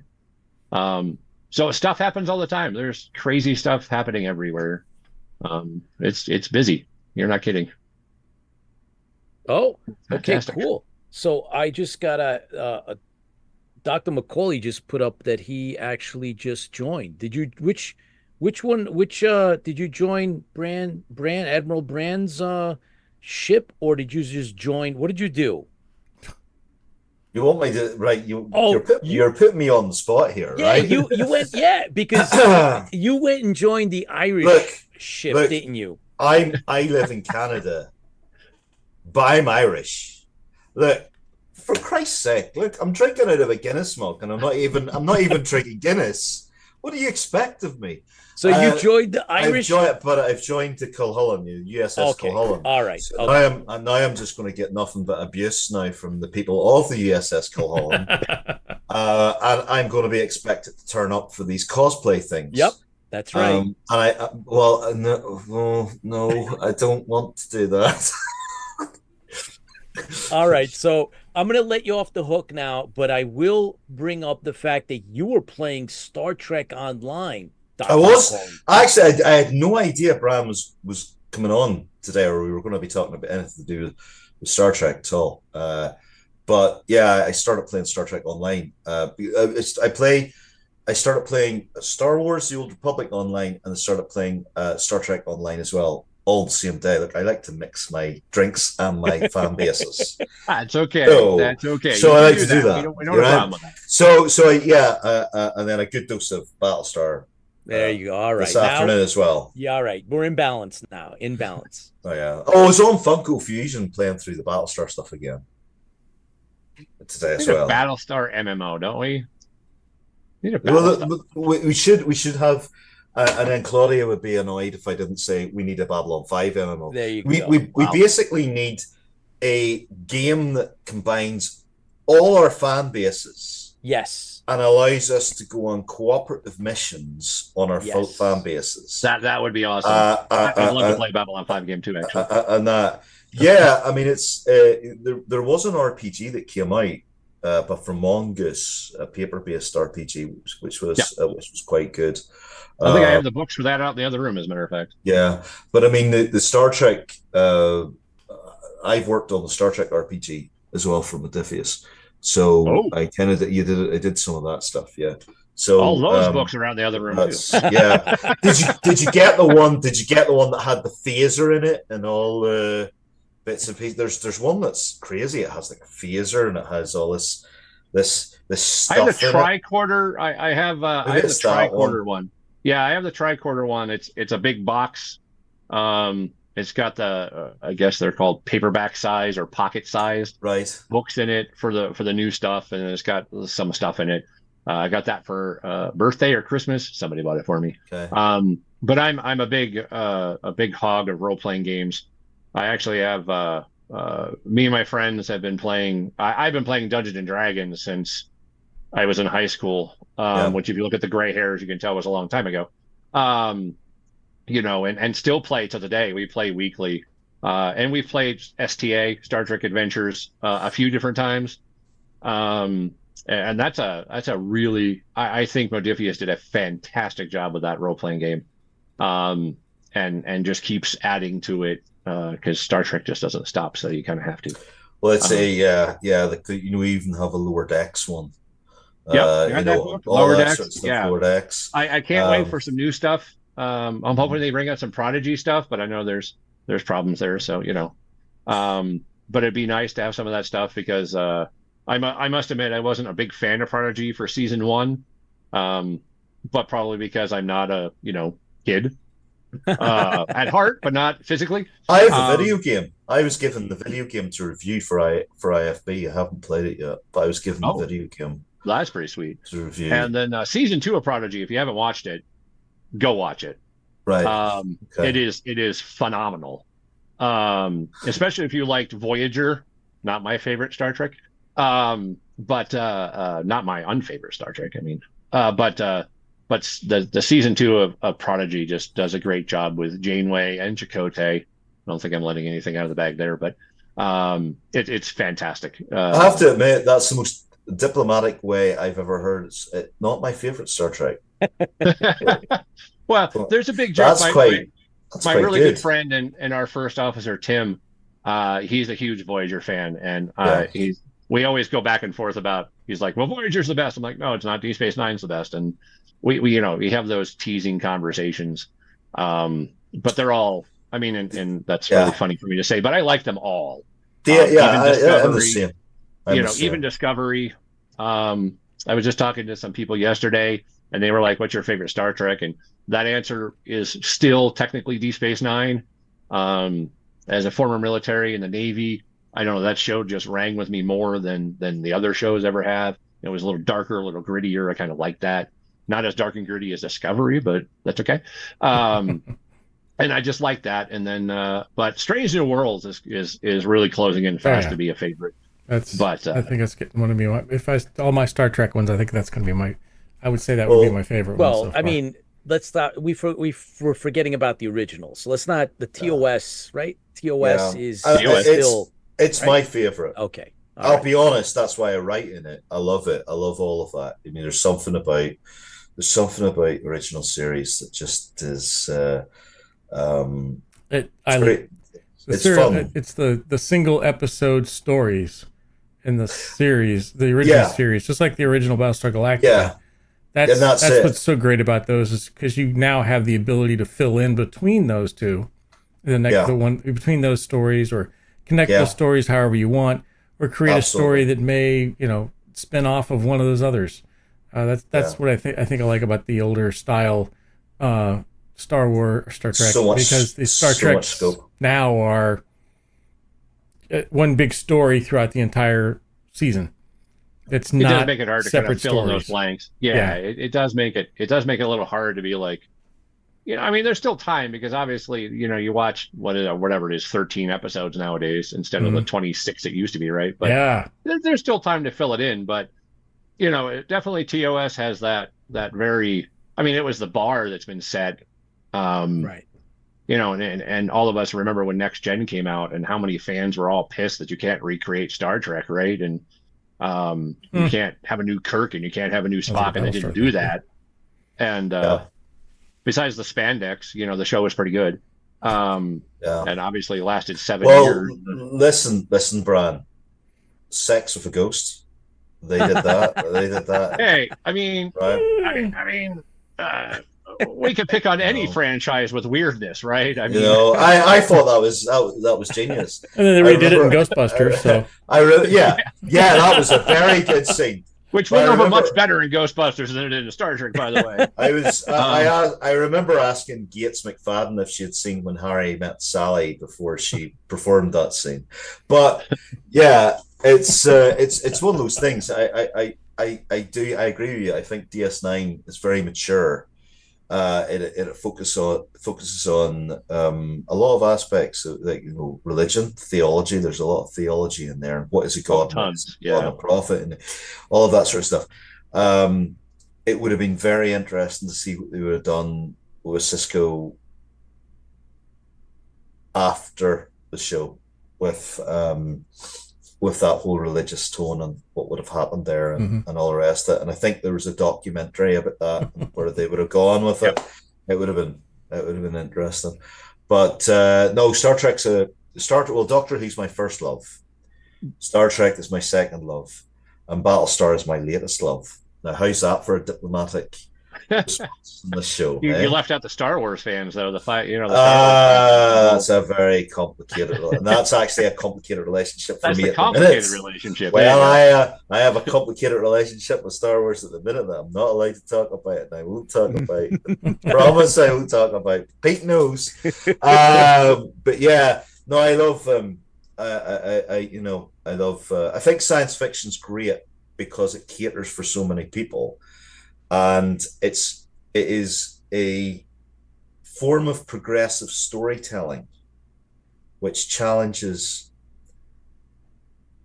aspects of our contemporary culture, no matter if it's 60s, 70s, 80s, 90s. Our contemporary culture is always challenged by science fiction, and I think that's why it's a very important genre. It's it's something that's very close to my heart. I'm most famous for writing horror, which is great, and I'm very appreciative of people that like my horror work.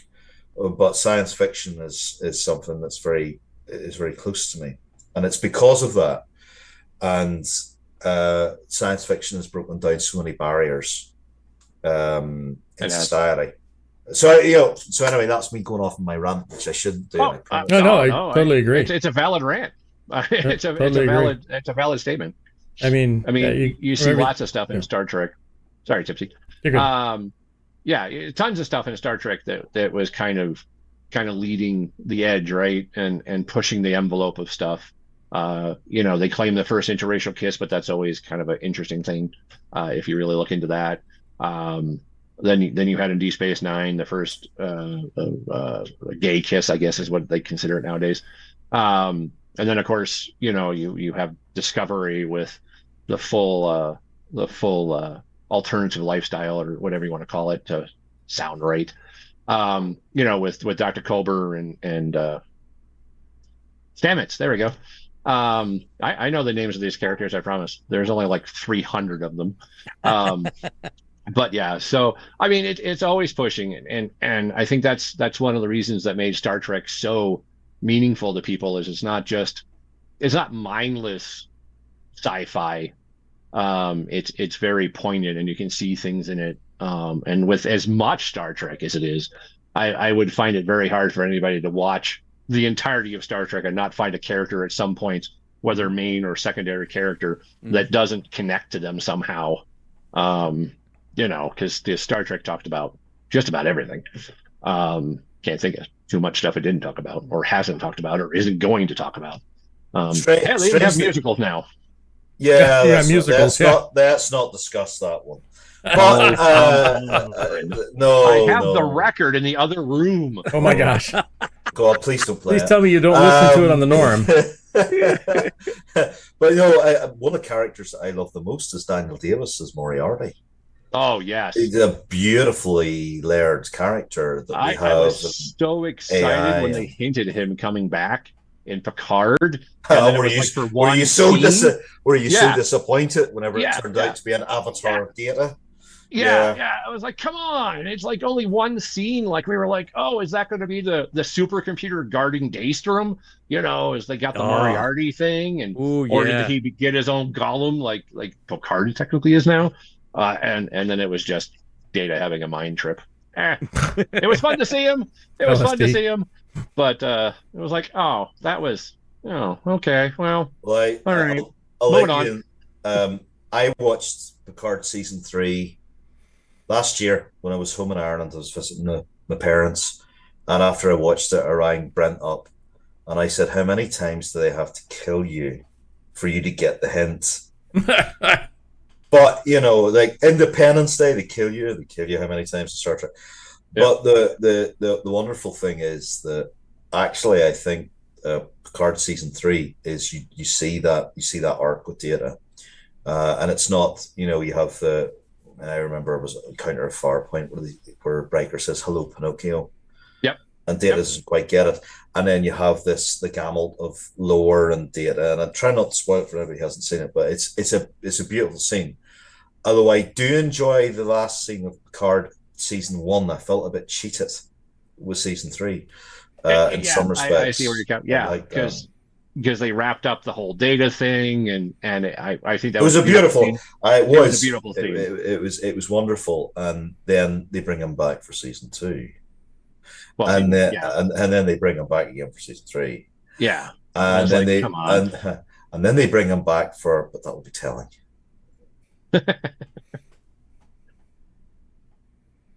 Well, gentlemen, it's great. I think that there's a little bit of room here to mention as well that we will be putting out a couple of shorts. We're going to actually fill up some time with IFB exclusives. And we're also going to do some IFB presents.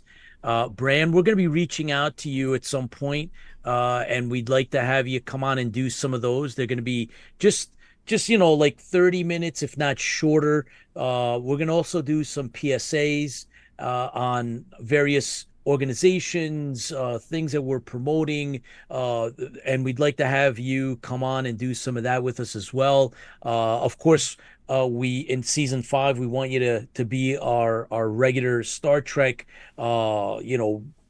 like you do now, right? You bring everything up to speed like you are. We want to continue that. We are really, really blessed to have now season 5, right? 5-year mission and then some, I hope, is our intention. But we're going to do that. And I know that Dr. Macaulay has mentioned it more than once that there are plenty of topics for us to do a little short spots on. As a matter of fact, Tipsy, don't forget that we're going to do one on the Topps Series 2 of the Battlestar Galactica cards that were never made, and they were printed. There were proof sheets made.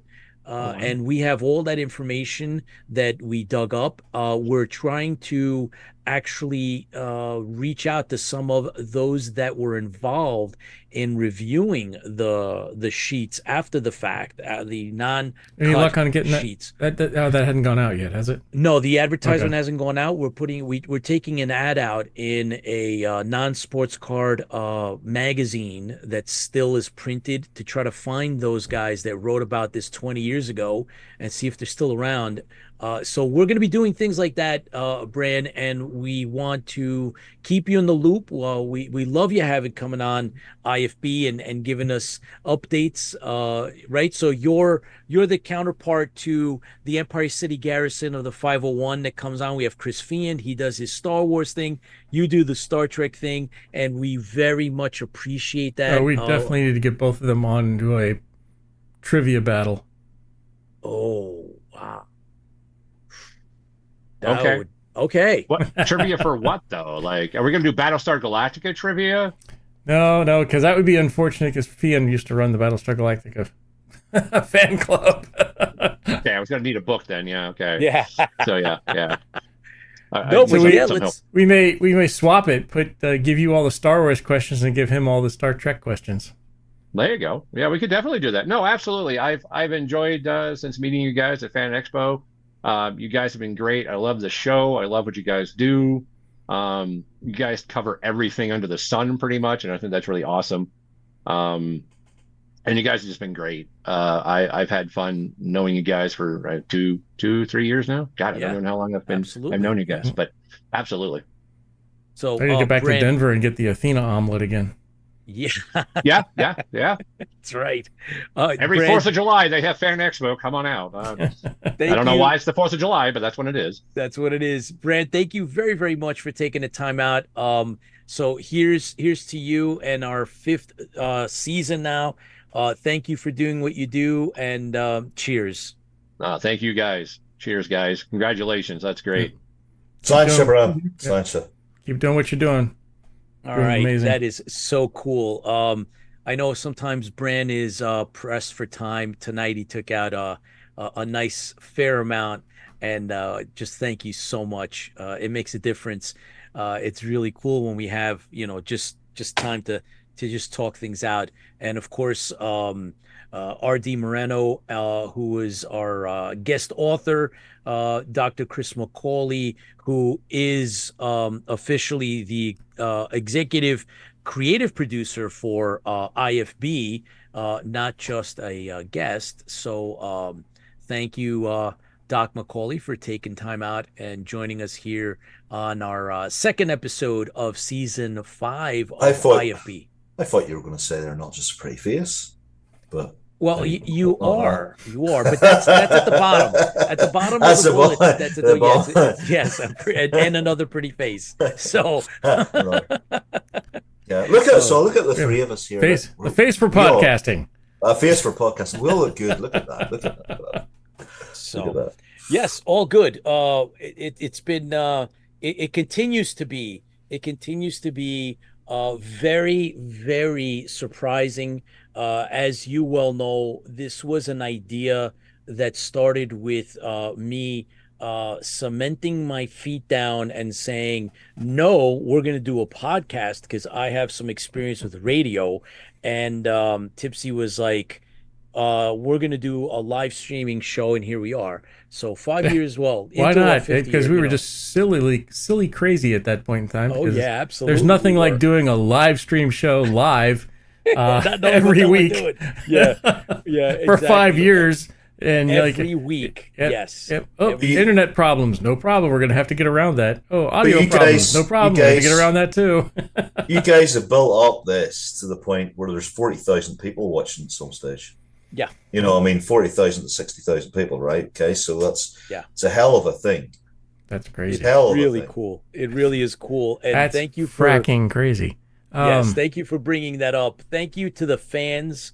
Last week, that's the important a couple people. days ago, We had Not us. 2,000 plays of the interview that we had. It was our the beginning of the season 5, right? The Battlestar Galactica anniversary. So 2,000 plays, not too shabby. But we have other shows that are pushing 40,000 views or plays, as they call them Yep. now. We have 32,000 followers and counting, and it's remarkable. We didn't know where we were going to go with this. I know, Tipsy, you've always said, and it's honest to say, that we started saying in the beginning, even if it's just the two of us talking about Yep. stuff that we really like, we'll do that, and Yeah. it'll be entertaining for us. So, you know, everybody that comes on to watch, we have fans, supporters, listeners that viewers that pop on and off. They'll go back and watch the rest of it later. It's just really, really cool. Lola, thank you very, very much. Lola's one of our original supporters and viewers. I remember the first convention that we went to. We didn't even know if we were live or not, and I called Lola. I was like, Lola, can you please see? Yep, that's right. I remember that now. And Lola's like, I'm on it. Give me a second. I'm gonna do it. And then Lola's like, yeah, but I see you guys. You're on. And so thank you, Lola, for believing in us. And then coming out to Dragon Con, that says a lot. And all the rest of you that are watching this, thank you very, very much for supporting. We're in our 5th year now. This is season 5. We have archived on our site hundreds of interviews with authors and all kinds of people. Dr. Macaulay, now you've breathed a whole other aspect, another dimension that you've brought to IFB and everything else that we do. Thank you very much for believing in us as well. You talking about the beer? You talking about the dodgy beer that I drink and then people laugh at because it's horrible and it's terrible? Are you talking about that? That's definitely breathed a whole new aspect in the IFB. There are so many masochists out there that just tune in just to see what kind of crappy beer I'm going to drink and how I'm going to react. Absolutely. You know that it's way more than just that. That's the comic relief in what we do, but that's not even what to say a fraction of what you're Lola doing. said it, and I'm 5 years older. Thanks. Yeah, that's right. And we're still what, 12 and 12, which is perfectly fine. I mentioned this with Lorette, and I told Lorette that if I told my 12-year-old self, who was a huge Battlestar Galactica fan, that I'd gotten the chance to broadcast with Lorette and Jack and Eric, and that we have a show that's based on Battlestar Galactica, and that we've met them, and we've built relationships with them, and everybody else that's here that are watching, and you, Doc Macaulay, and everybody else, because we wouldn't have met any of you. Right. We wouldn't be here if it wasn't for Battlestar Galactica. Everybody knows our origin story, and so it's a gift, and my 12-year-old self would be very proud of what we've been able to do here.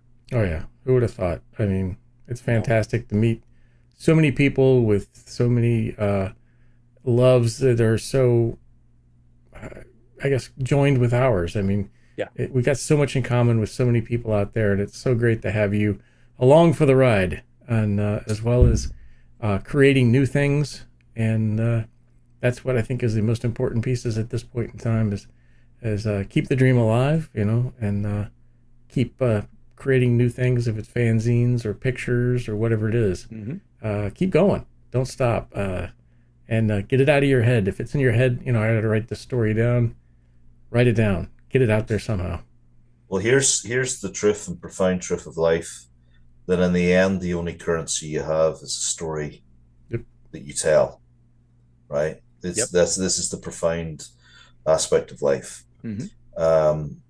And every day we're making new stories about our life.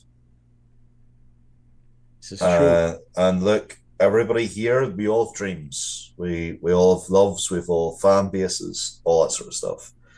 And look, I'm living proof that you can go out and you can write for fan bases. You can be part of it.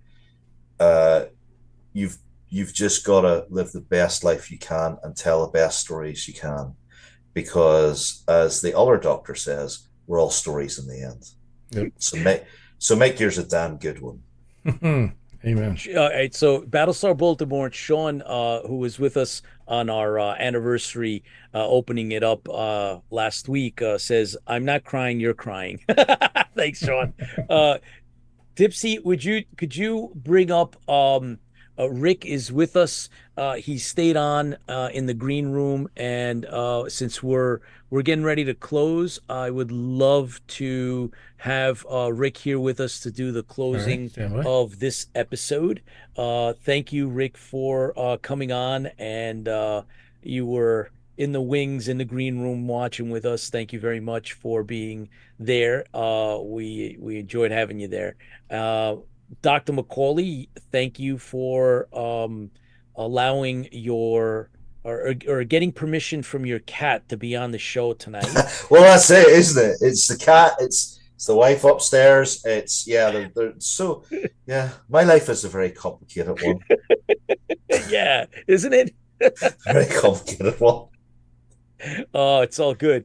And of course, Tipsy, thank you for taking care of the technical aspect of everything that goes into putting the show together and doing it the way it's broadcast. Make sure that you are acknowledged, right? That's a big part of this. Rick, I think we've made a tremendous bond here amongst us. Thank you so much for coming on. Appreciate it. Thank you.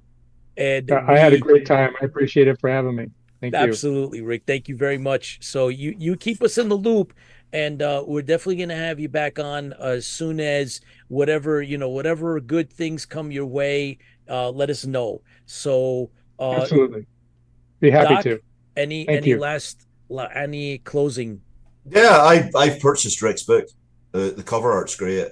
So I'm looking forward to settling down this weekend and reading it.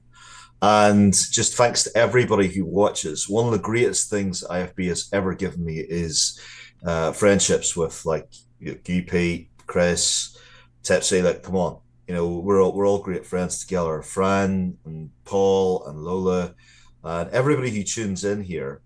We're all friends, and I think that's one of the greatest things that this podcast has really given me, is the extended friendship. So thank you, everybody, for joining us. Yes, absolutely. Thank you so much. We're good. Thank you. Thank you for joining us. We'll see you next Thursday. Don't forget, it is going to be Jean-Pierre Dorliac, and he's going to talk about all of the costumes that he's created for multiple different franchises, including Battlestar Galactica. So join us next week, next Thursday, same bat channel, same bat place, same bat time, and take care and have a great week. See you guys. Fans for the fleet. Fans for the fleet.